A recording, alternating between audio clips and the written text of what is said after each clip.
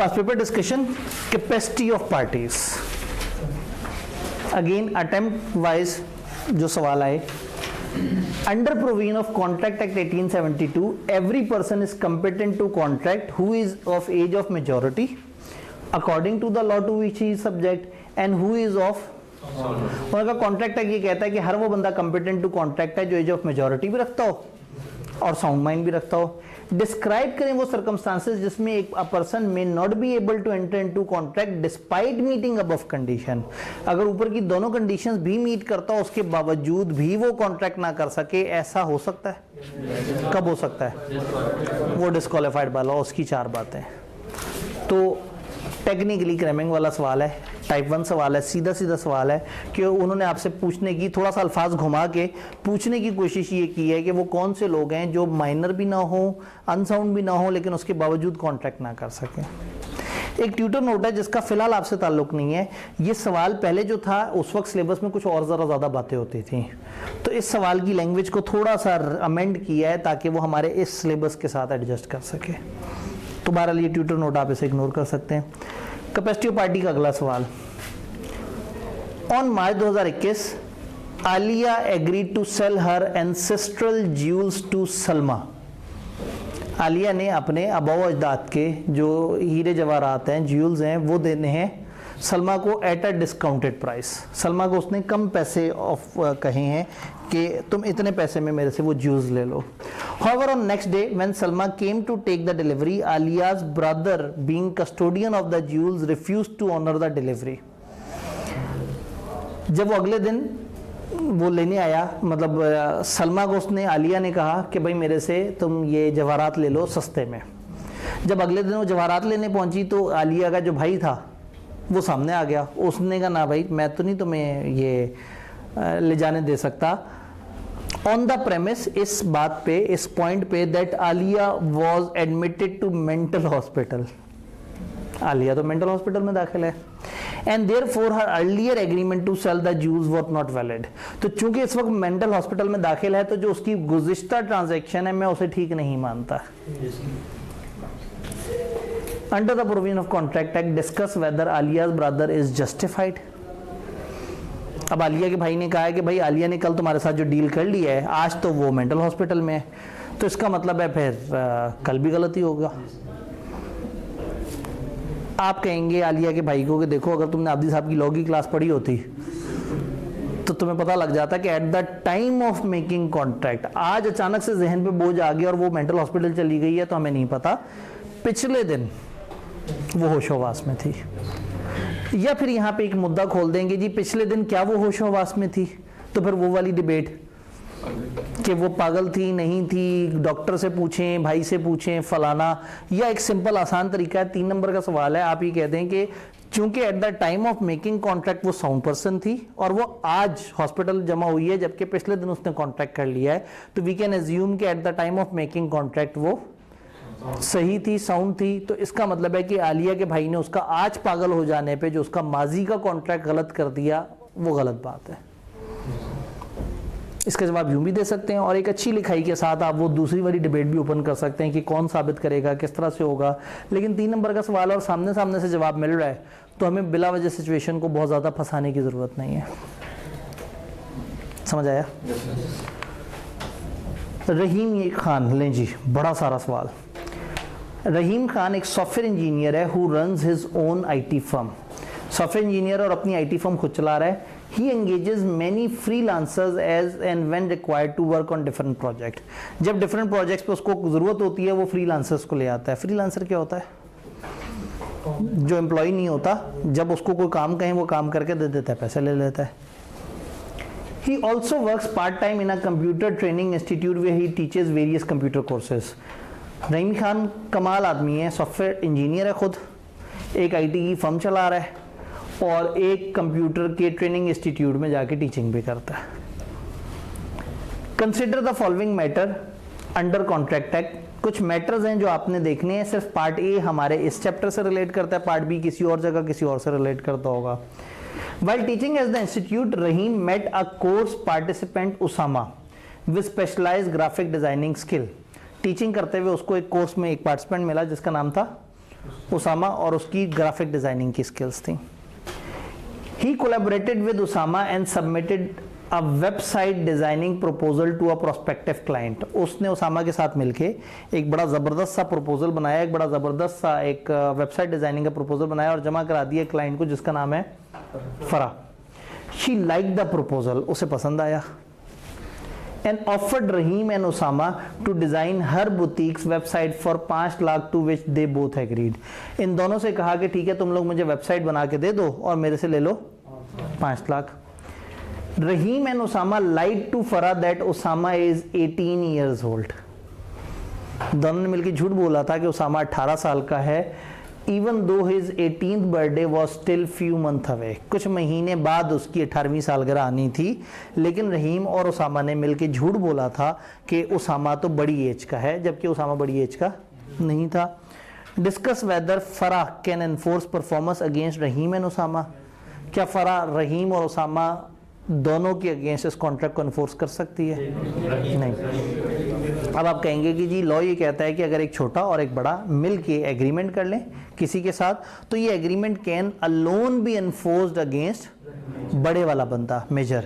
तो यहाँ आप मेजर और माइनर के नाम हैं, हमें पता है उसामा माइनर है और रहीम मेजर है, तो अब हम इसमें कहेंगे कि यहाँ पर रहीम के अगेंस्ट इसको एनफोर्स कर सकते हैं, उसामा के अगेंस्ट नहीं कर सकते। जब एक सिचुएशन डिस्कस कर रहे हैं तो फिर आपने ये नहीं कहना कि माइनर मेजर, फिर आपने उनको उनके नामों से पुकारना है कि यहाँ रहीम को ऐसे हो सकता है, उसामा को ऐसे हो सकता है। तो बड़ा मजे का सवाल निकला। तो कभी कभी वो मूड में बैठे होते हैं, सवाल बनाते जाते हैं, बनाते जाते हैं। अच्छा यहाँ तक पहुँचते पहुँचते लग रहा था पता नहीं क्या साइंस आने वाली है, लेकिन एंड पे जाके थोड़ा सा हौसला हुआ कि उन्होंने सीधी वाली बात पूछ ली। जी अब अगेन जब आप लॉ बताएंगे तो लॉ में पहले वो वाला पॉइंट बताएंगे। आप कहेंगे as per the requirements of contract act 1872, अगर एक माइनर एक मेजर के साथ मिलके कोई एग्रीमेंट में शामिल होता है तो माइनर नहीं major alone can be enforced, कानून बता दिया। फिर कहें यहाँ पर रहीम मेजर है और उसामा माइनर और उन्होंने मिल के फरा के साथ डील किया है। एंड पे देयरफॉर फरा अलोन रहीम के अगेंस्ट एनफोर्स कर सकती है, उसामा के अगेंस्ट नहीं कर सकती। अगर हमने कुछ और भी पढ़ा होता तो इस सवाल को करने के एक दो और तरीके भी हो सकते थे। आगे के चैप्टर्स में हो सकता है आप पढ़ें फ्रॉड के बारे में, तो हो सकता है आप वहाँ फ्रॉड पढ़ने के बारे में बताएं कि जब फ्रॉड हो रहा होता है तो हम चीज़ों को किस तरह से करते हैं। लेकिन अभी तक की हमारी नॉलेज के मुताबिक सबसे बेहतर आंसर हम इस चैप्टर में रहते हुए जो दे सकते हैं वो ये है कि एक माइनर है एक मेजर है, और ये मेजर के अगेंस्ट एनफोर्स हो सकता है, माइनर के अगेंस्ट नहीं हो सकता। तो ये था कैपेसिटी ऑफ पार्टीज के सवाल जो पास पेपर में आए हैं। फिर legality of object and consideration वाला जो टॉपिक है उससे रिलेटेड क्या सवाल आया हुआ है? एक सवाल है, what is an agreement, when is an agreement considered to be void, state the circumstances under which object of an agreement under which the, अच्छा ये रिपीट हो रहा है, under which the object of an agreement will be consider illegal. हो सकता है आपके पास भी रेपिटेशन हो चूंकि यहीं से कॉपी पेस्ट करके स्लाइड्स आई हैं। तो ये under which the object of an agreement के बाद ये कट जाएगा, under which the object of an agreement, ये 2 दफा रिपीट हो रहा है। एग्रीमेंट किसे कहते हैं? फड़का फड़कू देंगे आप तो। वो जो प्रोमिसेस और जो रिस्पेक्टिव प्रोमिसेस एक दूसरे के लिए कंसिडरेशन होते हैं वो एग्रीमेंट होते हैं। कब एग्रीमेंट वॉइड होगा? जब वो नॉट एनफोर्सेबल बाय लॉ हो। और वो क्या सिचुएशंस हैं जिसमें ऑब्जेक्ट जो है वो इलीगल कंसिडर किया जाएगा? वो 5 बातें आपको पता हैं, फ्रॉड, गवर्नमेंट वो कोर्ट कहते गलत है, वो किसी को तकलीफ पहुंचा रहा है, वो फॉरबिडन है, वो सारी बातें यहाँ पे। तो रट्टे वाला सवाल। फिर आते हैं तीसरे पोर्शन की तरफ, कंसिडरेशन। इस चैप्टर में सबसे ज़्यादा उन्होंने कंसिडरेशन से पूछा।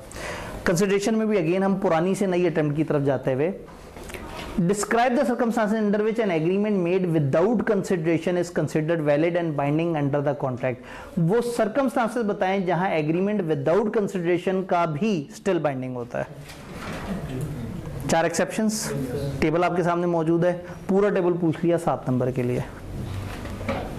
किसी भी चैप्टर के पास पेपर करने के बाद ना हमें एटलीस्ट फोकस पता लग जाता है कि वो किस तरह की जगह से लॉजिकल सवाल बना रहे हैं और कहाँ से। तो ये रट्टे वाला सवाल पूछ लिया। थोड़ा सा आगे चलते हैं। A was badly in need of money, A को बहुत ज़्यादा पैसों की ज़रूरत थी और उसने ऑफर कर दिया कि वो अपनी मोटरसाइकिल 50,000 रुपए की बी को देना चाह रहा है। कितने में? 10,000 में। 50,000 की बाइक 10 में दे रहा है क्योंकि उसको पैसों की ज़रूरत है। बी एक्सेप्टेड ऑफर, बी ने ऑफर एक्सेप्ट कर ली, ऑफर एक्सेप्ट हो गई, कॉन्ट्रैक्ट बन गया। But before the motorcycle could be deliver, लेकिन मोटरसाइकिल डिलीवर करने से पहले ए रिसीव्ड अनदर ऑफर फॉर 35,000। ए को किसी और ने 35,000 की ऑफर कर दी और ए ने सेल कर दी मोटरसाइकिल उसको जिसने 35,000 कहा था। A refused to carry out the contract with B, A ने बी वाले कॉन्ट्रैक्ट को उठा के साइड पे कर दिया। क्यों? ऑन द ग्राउंड ऑफ, इस रीजन पे, इनएडिक्वेसी ऑफ कंसिडरेशन। उसने कहा तुमने तो मुझे कम पैसे दिए थे, मेरी बाइक की इतनी कम वर्थ थोड़ी बनती थी, तुमसे 10 पे डील हो रही थी, वो अच्छा आदमी था, उसने 35 की ऑफर दे दी। Is A liable to be for damages? क्या ए ने कुछ गलत किया है बी के साथ? गलत किया है। हम कहेंगे जब ऑफर दी थी इसी ने ही और एक्सेप्ट हो गई थी, तो उस टाइम पे कंसिडरेशन भले कम थी, लेकिन जब दोनों पार्टीज राजी थी तो कॉन्ट्रैक्ट बन गया था। अब बने हुए कॉन्ट्रैक्ट में बाद में आप किसी और को वो चीज़ सेल नहीं कर सकते। और अगर आप कह रहे हैं कि जी ये तो पैसे कम थे, ये तो मना है, लॉ में पैसे तो मुनासिब होने चाहिए, तो लॉ ने कहा है कि हमें कोई मसला नहीं है, अगर सेलर बायर दोनों राजी हैं तो कम पैसे भी हो सकते हैं। तो इसका मतलब है कि ये पिछली ट्रांजैक्शन सही थी, ये 35,000 वाला जो मामला है ये ख़त्म हो जाना चाहिए और पिछली ही बंदों के दरमियान कॉन्ट्रैक्ट वैलिड है। तारिक प्रॉमिस टू पे ताहिर, तारिक ने ताहिर को कहा कि मैं तुम्हें पे करूंगा for his services what ever amount. Tariq might think reasonable, Tariq ने कहा ताहिर को कि अब नाम ऐसे रखे होते हैं कि आप खुद भी भूल जाते हैं कि सर्विस दे कौन रहा है और ले कौन रहा है। तारिक ने प्रॉमिस किया ताहिर को कि तुम्हारी सर्विसेज का जो मुझे ठीक लगेगा मैं तुम्हें दे दूंगा। Tahir is not dissatisfied with the amount paid by Tariq, लेकिन अब पैसे मिलने के बाद ताहिर कह रहा है कि तारिक ने तो मजाक किया मेरे साथ। Explain whether Tahir can sue Tariq, क्या ताहिर तारिक पे सू कर सकता है? ऑफर ही गलत थी, ये ऑफर में क्लैरिटी नहीं थी, पता ही नहीं लग रहा था। जब ऑफर में क्लैरिटी ही नहीं थी तो ऑफर ठीक नहीं थी, जब ऑफर ठीक नहीं थी तो एक्सेप्टेंस भी गलत हुई है। चलो ठीक है, इन्होंने आपस में मामला कर लिया, ओके। अब अदालत जाके नहीं रोना, क्योंकि अदालत तो प्रॉपर कॉन्ट्रैक्ट के ऊपर बात करेगी। तो क्या वो सू कर सकता है? नहीं जी, सू नहीं कर सकता, जाके उसे पर्सनली चपेड़े करा दे। लेकिन कानून जो है वो आपकी इस वक्त प्रोटेक्शन करने के लिए बिल्कुल भी तैयार नहीं है, क्योंकि उसने कहा था कि मैं तुम्हें दे दूंगा सर्विसेज के वो जो तुम्हें ठीक लगे। पुराने ज़माने में एक रूल होता था कि अगर सर्विसेज दिए एक बंदे ने दूसरे को और कुछ नहीं तय हुआ तो एक रीज़नेबल उसका मुआवजा मिलना चाहिए। ये पुराने ज़माने में रूल होता था, अब किताब में ये रूल ख़त्म हुआ हुआ है। तो इसलिए ये चैप्टर पिछले वाले से ज़्यादा बेहतर तरीके से आंसर हो रहा है। डन? इसमें लोग क्लैरिटी वाला लिखेंगे या ये कंसीडरेशन होगा? अब अगेन मर्जी है, अगर हम इसमें, क्योंकि देखें सवाल पूछते वक्त उन्होंने तो नहीं आपको पाबंद किया कि आपने किसी एक चैप्टर में रह के जवाब देना है। प्रॉब्लम ये है कि हम आहिस्ता आहिस्ता सिलेबस में आगे जा रहे हैं, तो मैं काफ़ी आगे जाऊंगा तो एक ऐसा रूल पढ़ाऊंगा जिसमें इस सवाल को मैं उधर से भी आंसर कर सकूंगा। लेकिन आज तक हमें जितना पता है उसके मुताबिक ये ऑफर थोड़ी सी कंफ्यूजिंग थी, तो यहाँ पे हमें जो है ना इसमें जी सर अगर रीजनेबल के बजाय फेयर मार्केट वैल्यू लिख दें जी, अगर रीजनेबल के बजाय फेयर मार्केट वैल्यू लिख दें तो शायद वो कंक्रीट हो जाए कि मार्केट में इस तरह की सर्विसेज के कितने चार्जेस होते हैं। तो लेकिन जो रीजनेबल है ना, रीजनेबल भी क्या, उसने कहा जो मुझे मुनासिब लगेगा। तो ये तो बड़ी हवाई बात है, ये वही वाली बात है कि 10% भी हो सकता है डिस्काउंट, 15% भी, और उस टाइम पे पहुंचे तो उसने 10% डिस्काउंट दिया या 15% सोच के बैठा था। तो ऐसे कॉन्ट्रैक्ट में झगड़े ही होते हैं जिनके मतलब क्लियर नहीं होते। तो हम चैप्टर 4 में जाएंगे तो हम देखेंगे वॉइड एग्रीमेंट्स की लिस्ट। तो उसमें एक लिस्ट में लिखा हुआ होगा कि ऐसा एग्रीमेंट जिसका मतलब क्लियर नहीं है वो शुरू से ही गलत है, और जब गलत है तो किसी पार्टी को कोई बेनिफिट नहीं मिलेगा। कहानी आगे बढ़ती है। स्प्रिंग 14, घबराए तो नहीं बैठे? टाइम पूरा होने पे घबराएंगे? टाइम पूरा होने से पहले पहले जल्दी जल्दी से समेट लें। In case of each of following situations, state the condition as specified under contract type which must be fulfilled to make a binding contract. नीचे जो बहुत ज़्यादा सिचुएशंस बताई हुई हैं आपने उसमें से बताना है कि क्या एक बाइंडिंग कॉन्ट्रैक्ट है या नहीं है। अभी एक सवाल का एक पार्ट है, कोई और पार्ट किसी और चैप्टर में पढ़ा हुआ होगा, हम यहाँ देखते हैं। इन दो को कॉन्ट्रैक्ट बाइंडिंग कॉन्ट्रैक्ट बनाने के लिए क्या करना होगा। पहला, फरवरी 2014 में राहील promise to pay 3 lakh to Sameer against a debt of 5 lakh which was due for payment in March 2010। फरवरी 2014 में राहील ने प्रॉमिस कर लिया कि मैं तुम्हें 3 लाख दूंगा उस डेट का जो 5 लाख का था 4 साल पहले, जो कि बेचारा मर चुका है।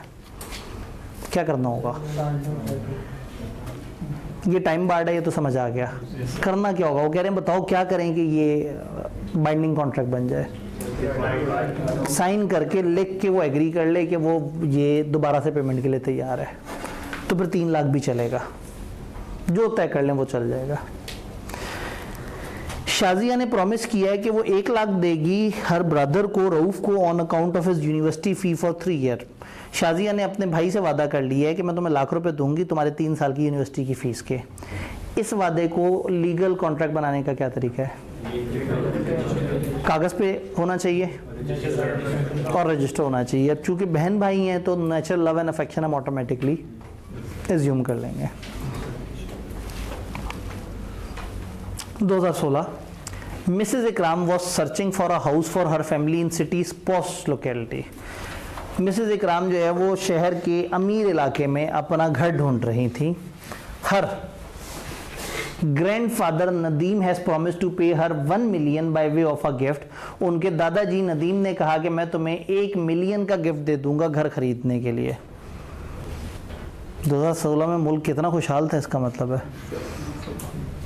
कि वो शहर की पोस्ट लोकेलिटी में घर ढूंढ रही है और दादा कह रहा है 10 लाख मेरे से ले लो, खरीद लो घर, कोई बात नहीं, अय्याशी करो, जो पैसे बच जाए उसके जूस पी लेना। तो दादाजी ने 1 मिलियन का वादा कर लिया कि घर खरीदने के लिए मैं तुम्हें पैसे दे दूंगा। After finalizing the deal with one of the state brokers, किसी एक स्टेट ब्रोकर के साथ डील फाइनल करने के बाद मिसेज इकराम ने मिस्टर नदीम यानी कि दादाजी को कहा कि भाई वो मुझे 1 मिलियन जो आपने वादा किया था वो दे दें। Nadeem however refused to pay the amount। दादा मुकर गया, केड़े पे है।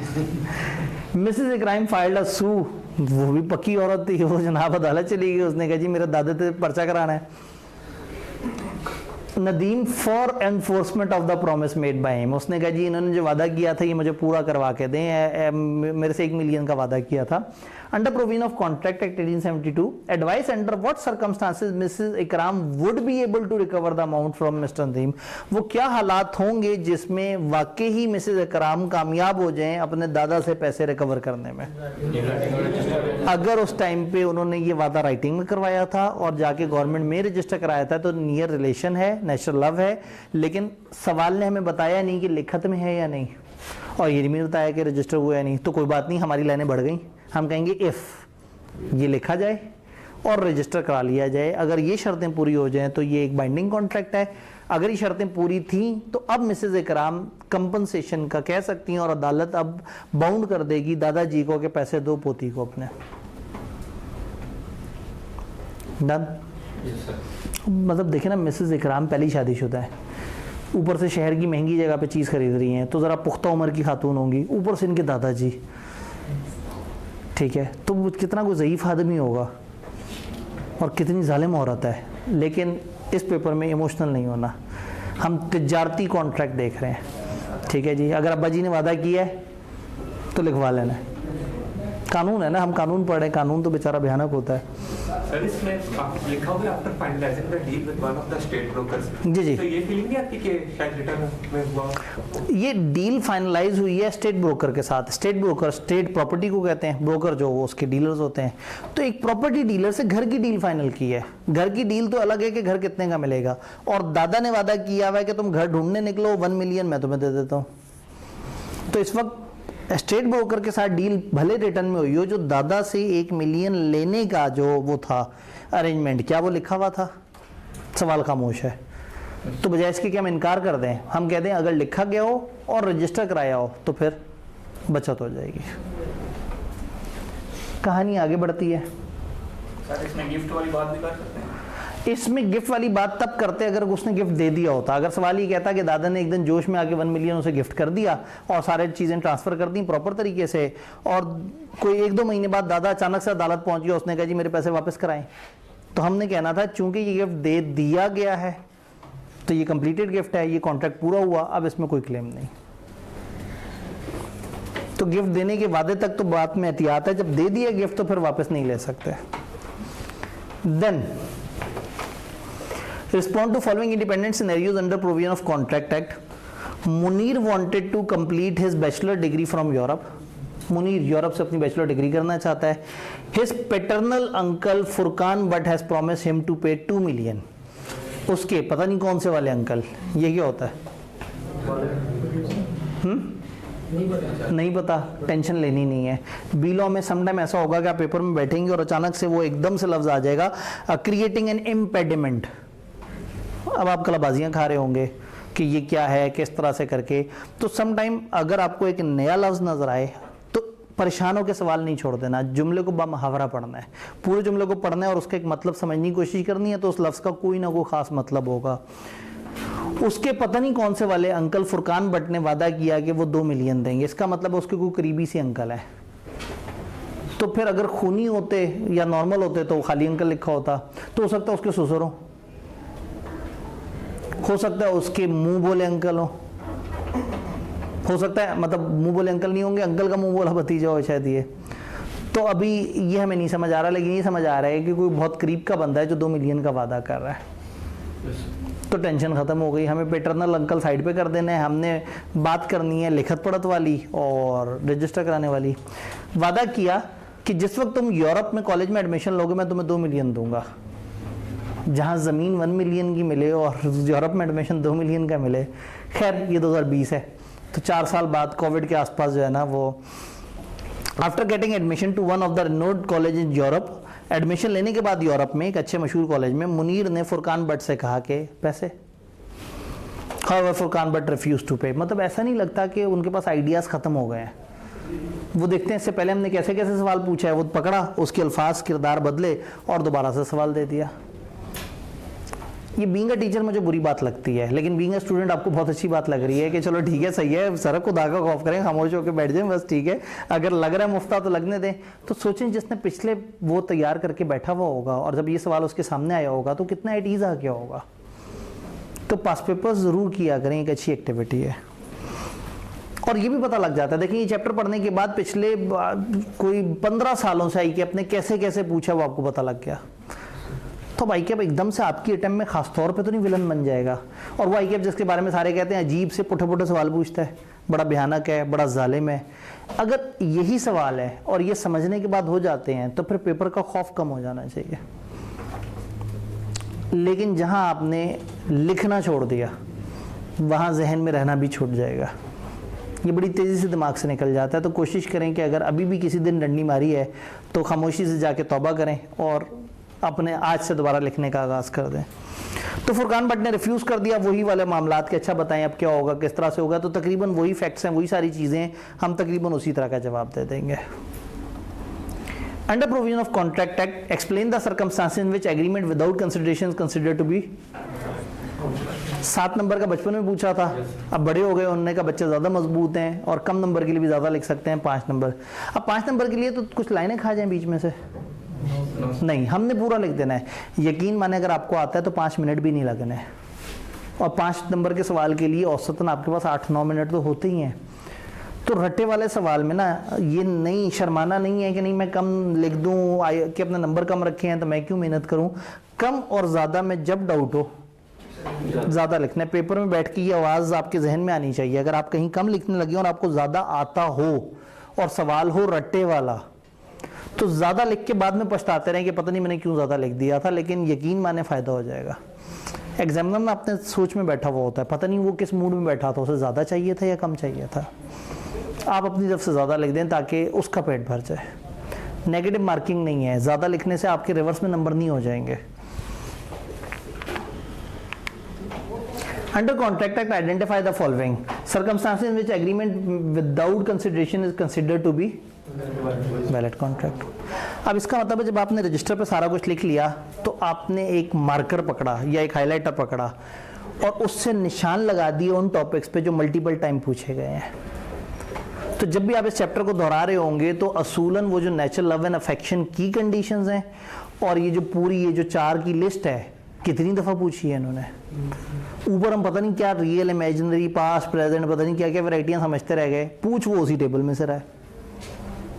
पूरे चैप्टर में से सबसे ज़्यादा सवाल उस टेबल में से आए हैं. वो टेबल जो आज हमने पढ़ा है। तो कोई भी चैप्टर करने के बाद ना पास पेपर देखने से आपको प्रेफरेंस समझ आ जाती है। तो चैप्टर तो आपने पूरा तैयार करना है, लेकिन कौन सा ऐसा एरिया है जहां हल्की सी भी कमी नहीं रहनी चाहिए और मैंने उसकी ज़्यादा से ज़्यादा प्रैक्टिस करनी है, वो आपको पता लग जाता है पास पेपर से।